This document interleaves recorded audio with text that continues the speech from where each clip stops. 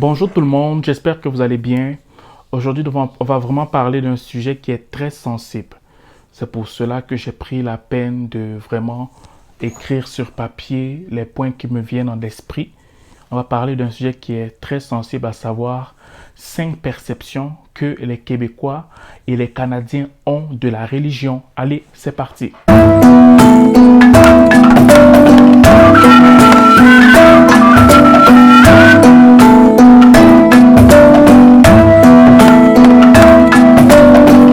Allô les amis, j'espère que vous allez bien. On se retrouve encore pour une nouvelle vidéo.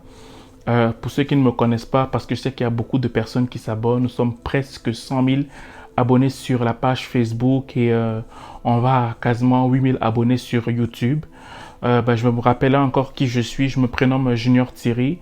Je suis consultant en immigration en devenir et je le serai à partir du mois de août-septembre. Et pour l'instant, si vous êtes vraiment nouveau dans ma chaîne, moi, je donne beaucoup de conseils sur l'intégration au Canada, sur le quotidien des Canadiens, parce que beaucoup de gens veulent faire le dossier d'immigration. Ils ont des informations parfois en ce qui concerne le processus, mais ils ne savent pas comment les gens vivent ici. Et c'est la raison pour laquelle moi, je fais tout pour donner des conseils afin que vous puissiez vraiment être déjà dans le moule du Canada, et ce, même si vous êtes encore en Afrique, en fait. Donc, en gros, c'est ça. Donc, aujourd'hui, je vais parler d'un sujet qui m'a été demandé depuis très longtemps. Et je prenais vraiment le temps avant de parler de ça parce que c'est très sensible et les perceptions diffèrent d'une personne à l'autre. Ok? Donc, sur 10 personnes qui parlent de religion, 9 peuvent quasiment donner 9 points différents. Donc, moi, je vais le répéter avant de commencer quelque chose. C'est que tout ce que je vais dire là, c'est ce que moi je pense. Ok? Tout ce que je vais dire, c'est ce que moi je pense. Et ce que je pense n'est pas forcément ce que l'autre pense, vice-versa. Donc, il faudrait vraiment qu'on parte dans cet angle, en fait, parce que c'est très sensible. Et je prends vraiment le temps de vous expliquer, de mettre les bases avant de commencer ce que j'ai à dire. OK? Donc, aujourd'hui, c'est 5 perceptions de la religion par les Canadiens et les Québécois. OK? Bon, il faudrait déjà savoir que pour moi, la religion a une définition. Je parle de moi. Pour moi, la religion, c'est l'ensemble des voies et moyens qu'un homme fait. Les actes qu'un homme fait, les actes qu'un homme pose pour aller vers Dieu. Ok? C'est ça la définition de la religion pour moi. Et pour moi, je prône beaucoup plus pour la communion ou la spiritualité. Parce que la spiritualité et la religion, c'est deux choses différentes. La spiritualité, c'est quelqu'un qui est conscient que Dieu existe et que Dieu est là et que Dieu est déjà présent et il suffit d'avoir des temps de prière pour communier avec lui. Je vais recommencer cette définition selon ma perception. La religion, c'est l'ensemble des voies et moyens qu'un homme fait pour atteindre Dieu, tandis que la spiritualité, c'est une communion avec Dieu, en prenant conscience que Dieu est déjà là parmi nous, que Dieu est déjà là en nous et que Dieu est là et il n'attend que nous pouvions communier avec lui. Ok? Ça, c'est ça ma perception.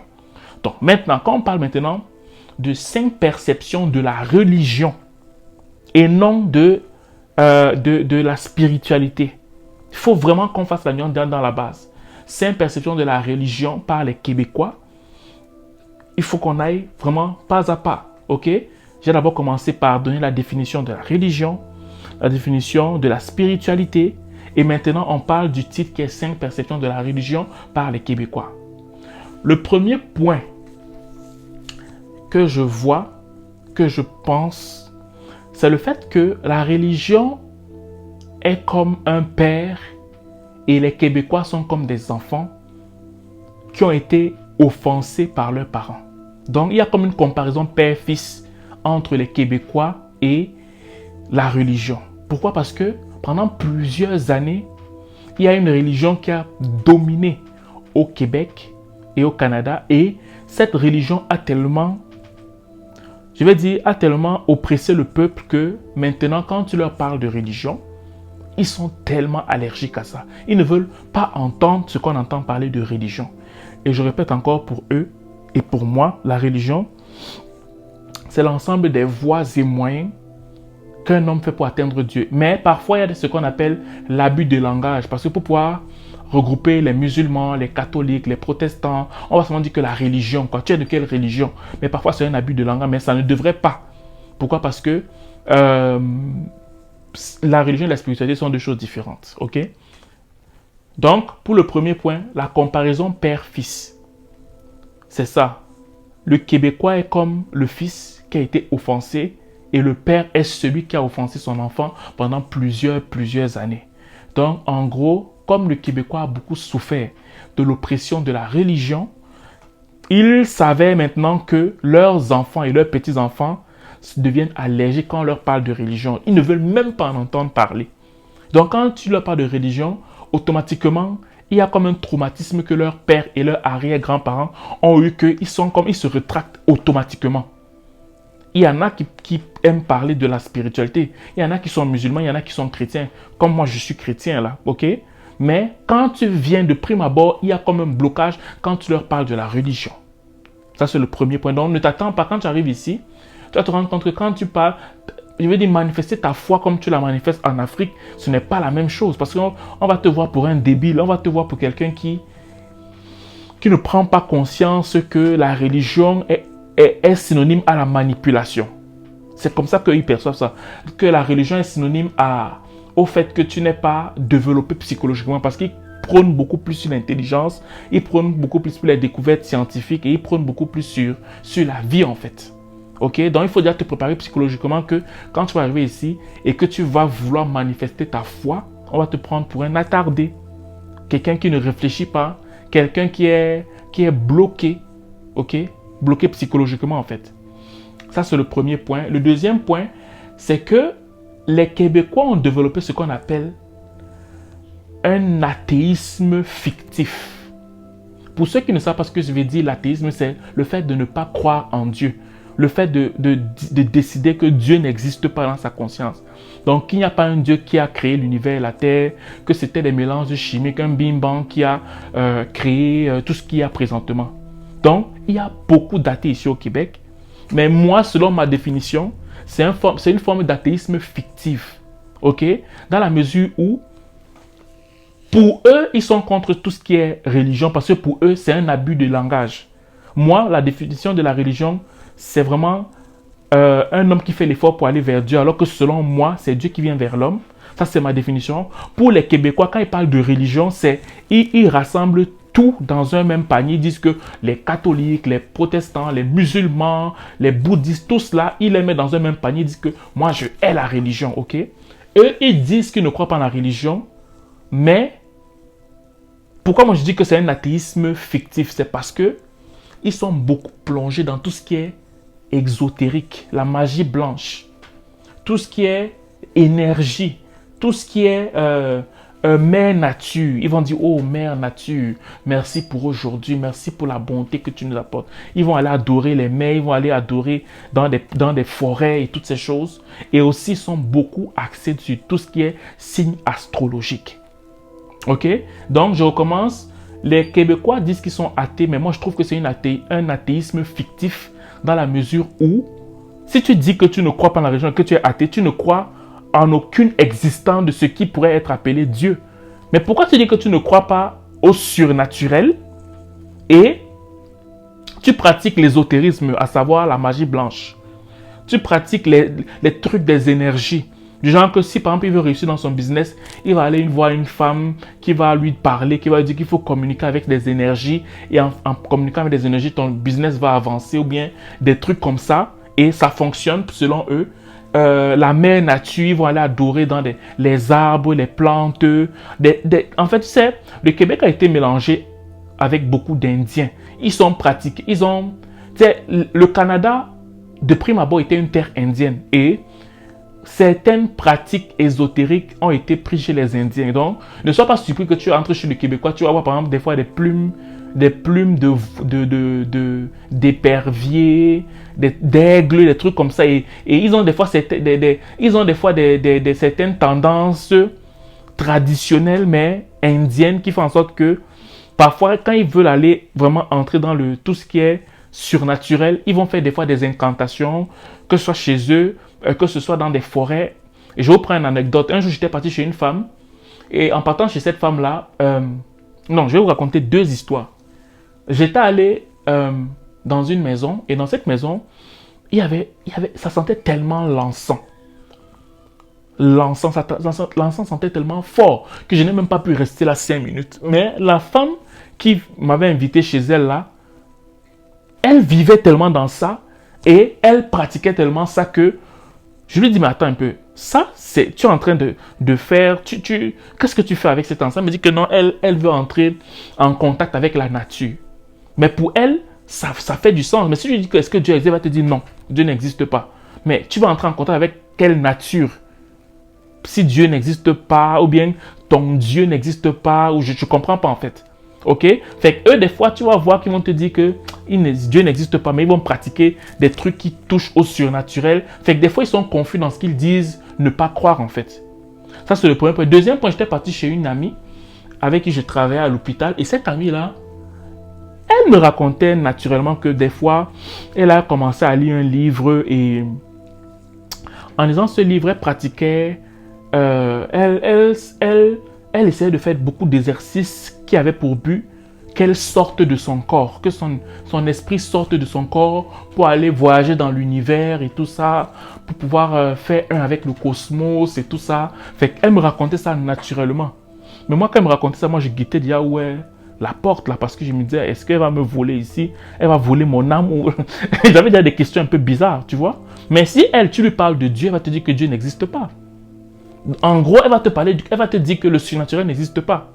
Et je tiens encore à mettre un point en disant que l'appellation, quelqu'un qui te dit qu'il croit en Dieu n'a pas fini sa phrase. Parce que Dieu veut dire en gros objet d'adoration. C'est tout. Dieu, quand tu dis je crois en Dieu, la question qu'on pose directement après, on va te parler de quel Dieu tu parles. Parce que Dieu, l'expression Dieu veut dire simplement objet d'adoration. Ok? Donc maintenant, quand on te dit tu crois en quel Dieu? Dieu, ça veut dire quoi pour toi? C'est comme ça qu'il faut se poser la question. Sinon, on va t'amener dans les choses que tu risques de ne pas... risques de te perdre en fait. Parce que tu peux parler avec quelqu'un qui te dit, mais oui, on adore le même Dieu. Non, non, non, on n'adore pas le même Dieu. Pour toi, Dieu, c'est quoi? Moi, par exemple, Dieu, c'est Jésus. Quoi? Ok, Jésus, quoi? Dieu fait homme. Jésus, pour moi, c'est mon Dieu comme ça. Pour d'autres, ça peut être, je sais pas moi, la pomme, ça peut être les arbres, ça peut être la mer, ça peut être plein d'autres choses. Donc, pour eux, vraiment, parfois, ils ne s'en rendent peut-être pas compte, mais des fois, ils omettent d'oublier. Je veux dire, ils oublient souvent que la définition qu'ils disent être de Dieu, selon leur entendement, n'est pas ce que nous, on croit être Dieu. Fait qu'ils se mélangent dans tout ça là, la définition de Dieu, la définition de la religion, ils font une forme de mayonnaise avec ça, et au final ils disent qu'ils ne croient pas en Dieu alors qu'ils pratiquent tout ce qui est surnaturel en fait. Ok? Donc si par exemple on les amène dans des genres de conversation en leur disant que, mais c'est qui Dieu pour toi? C'est quoi Dieu pour toi? Là tu commences à les piéger. Parce que là ils vont se rendre compte que en fait, des fois ton Dieu c'est ta famille. Donc, tu pratiques une forme de spiritualité parce que tu aimes tellement tes enfants. Donc, ta divinité, c'est ta famille. Et là, le troisième point vient. OK? Parce que... non, est-ce que c'était le troisième? Oui, le troisième point vient. C'est les gens que, des fois, ils vont te dire qu'ils ne croient pas en la religion parce que ça génère en eux une forme de jugement dans certaines pratiques quotidiennes qu'ils font. Et une des pratiques quotidiennes, vous allez vous voir que quand vous allez arriver ici, la sexualité est tellement banalisée ici. Tellement banalisé que même dès le bas âge, tu vas voir qu'on va commencer à inciter aux enfants de pratiquer la sexualité. Et aussi, vous allez rencontrer qu'il y a plusieurs formes de sexualité ici au Canada. Ok, fait que, je veux dire, la liberté sexuelle est tellement prônée ici que si quelqu'un dit maintenant qu'il est vraiment dans le surnaturel et qu'il appartient à une religion, ok, la majeure partie des religions vont te dit qu'il faut te marier avant de pratiquer le sexe. Mais comme les Québécois, le sexe, sur une échelle de 10, dans leur tête ici, c'est peut-être 15, 16, sur une échelle de 10. Fait que là, ça génère en une forme de jugement. Pour te dire que, hey, mais voyons, je ne peux pas vivre sans sexe, moi. Je ne peux pas vivre sans sexe. Fait que ça fait en sorte que pour eux, quand ils vont associer Dieu à pureté, et que pureté stipule que tu dois t'abstenir des relations sexuelles avant le mariage, ils vont tasser Dieu très rapidement. Ok, ça c'est le premier point. Deuxième point, le non-respect des aînés. Je veux dire, tu te rends compte qu'un Québécois peut appeler son père par son prénom. simplement, normalement. Ça ne dérange pas. Il va voir un aîné, un jeune peut-être de 15 ans, qui va appeler un aîné qui passe par son nom. François, alors que c'est Monsieur François. Ou Serge, Monsieur Serge. Ils ne savent pas dire Monsieur Serge. Ils vont t'appeler par ton prénom. Comme ça, puis ils trouvent ça normal. Ok? Fait que là, maintenant, quand tu vas les amener dans la spiritualité, dans la religion, comme je le dis souvent, a dit qu'il faut honorer tes aînés, il faut honorer ton père et ta mère. Pour eux, ils vont se dire que mais moi, j'aime mon père, pourquoi je vais l'appeler papa? Fait que pour moi, je suis libre de faire ce que je veux, je suis libre dans mes droits, je suis libre dans mes pensées. C'est quoi cette histoire-là? Pourquoi vous voulez me mettre dans un moule pour que je pense selon un livre ancien, comme ils disent souvent? Un livre dépassé, comme ils disent souvent. Donc, pour eux, la majeure partie des livres qu'on utilise sont des livres dépassés. Pourquoi ils vont s'adapter à ça alors que le monde évolue, comme ils disent souvent aussi? Ok? Donc, parfois, quand ils entendent parler de religion, ça les juge sur leur quotidien. Ça leur juge sur leur quotidien. Ils se disent que non, moi, je ne veux pas être entraîné par des livres anciens et ça ne m'intéresse pas en fait. Ça, c'est le troisième point. Le quatrième point, c'est que il y a tellement de facilités sociales ici là que tu as des fois l'impression que Dieu n'existe pas, que tout repose sur la science. Tu vas voir que l'hôpital, ils n'ont jamais vraiment connu une extrême pauvreté. Quelqu'un n'a jamais connu l'extrême pauvreté. Quelqu'un n'a jamais connu le fait qu'il soit malade et il faut prier pour que la maladie parte parce qu'il n'y a pas de moyens pour se soigner. Quelqu'un n'a jamais connu le fait que quand il est malade, il part au village et dans un village, un grand-père va chercher une écorce, il invoque quelqu'un, la personne guérit, ils ne connaissent pas ça. Quelqu'un n'a jamais connu le fait que, genre, quand je m'en vais comme ça, je prie parce que je veux avoir la paix de l'âme. Parce que si tu as des troubles émotionnels, il faut aller voir un psychologue. Fait qu'il y a toujours quelque chose pour contrecarrer ce que la spiritualité peut amener. Fait qu'il y a toujours des solutions humaines qui vont pallier à tout ce que la spiritualité est censée résoudre en fait. Ok, donc je veux dire, la société a été construite dans le sens que c'est comme si le Canada, les pays développés ont trouvé toute solution naturelle qui pourrait avoir besoin d'un appui spirituel. Je ne sais pas si tu comprends, je vais recommencer cette phrase. C'est comme si les Québécois ont trouvé tout ce dont un homme pourrait chercher pour apaiser son âme spirituellement. Les Québécois et les pays développés ont trouvé des solutions naturelles pour pouvoir compenser toute attente que quelqu'un peut avoir sur le plan spirituel. Voilà, c'est ça, j'ai bien formulé. Les Québécois et le monde développé ont trouvé toute solution naturelle afin qu'un homme ne puisse plus aller chercher dans le spirituel. Car naturellement parlant, il y a une forme de solution pour au final banaliser tout ce qui peut être spirituel. C'est ça. Donc, ces facilités sociales-là, genre que j'ai faim, il y a la nourriture, je suis malade, il y a un médecin, je vais aller là-bas, il y a un avion, je vais faire comme s'il y a une voiture, je vais faire ça, il y a ça, je vais faire ci, il y a ça, faire en sorte que pour eux, ils me disent, mais coudonc, Dieu n'existe pas, je n'ai pas vraiment besoin de Dieu. Je n'ai pas vraiment besoin de Dieu parce qu'il y a une solution à tout en fait, si j'en ai besoin. Si j'ai besoin de quelque chose, il y a une solution forcément à ça. Fait que je n'ai pas vraiment besoin de Dieu en fait. Et le cinquième point, c'est que je vais dire quelque chose que malheureusement on ne peut rien leur dire. Parce que c'est vrai. Ils se sont rendus compte que la majeure partie des gens qui disent croire en Dieu, ce sont des Noirs. Ce sont des Africains. Et là encore, c'est pas mauvais de croire en Dieu. Parce que même si eux, ils ne croient pas, ils respectent la croyance des autres. C'est pour ça que c'est un pays que j'aime beaucoup. Donc, on ne va pas venir t'oppresser dans ta croyance si ta croyance se fait dans l'intimité. Chez toi, dans ton église, dans ta mosquée, on ne va pas venir t'oppresser avec. Tu es libre de pratiquer ta religion. Ok? Mais, quand ils voient comment tu pratiques ta religion et que au final, quand tu finis de pratiquer ta religion, il n'y a pas les fruits sur le plan de la société au travers de ce que ta religion t'a apporté. Donc, pour eux, c'est comme si on se contredit. Par exemple, te dit selon la Bible que Dieu est le Dieu, est le Dieu de l'argent et de l'or, mais sur 10 chrétiens, 8 sont pauvres. Ou bien ils vont par exemple regarder en Afrique des grosses églises, des grandes églises, des grands pasteurs, des grands prophètes, des grands imams, ok, des grands maîtres africanistes et tout ça. Ils vont regarder tout ça, ils vont se rendre compte que mais s'ils disent croire tellement à un Dieu qui existe, comment se fait-il que leur vie est toujours médiocre comme ça et que nous qui disons ne même pas croire en Dieu, c'est nous qui leur venons toujours en aide sur le plan matériel.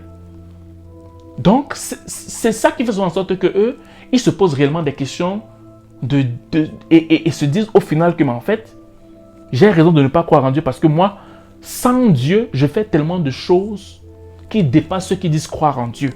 Et au final, moi, je préfère rester et utiliser mes capacités naturelles pour subvenir à mes besoins que d'aller chez un Dieu qui n'exauce même pas la prière de ses enfants. Ok, c'est comme ça qu'ils voient les choses. Parce que des fois, quand on fait une analyse froide, ils n'ont pas tort.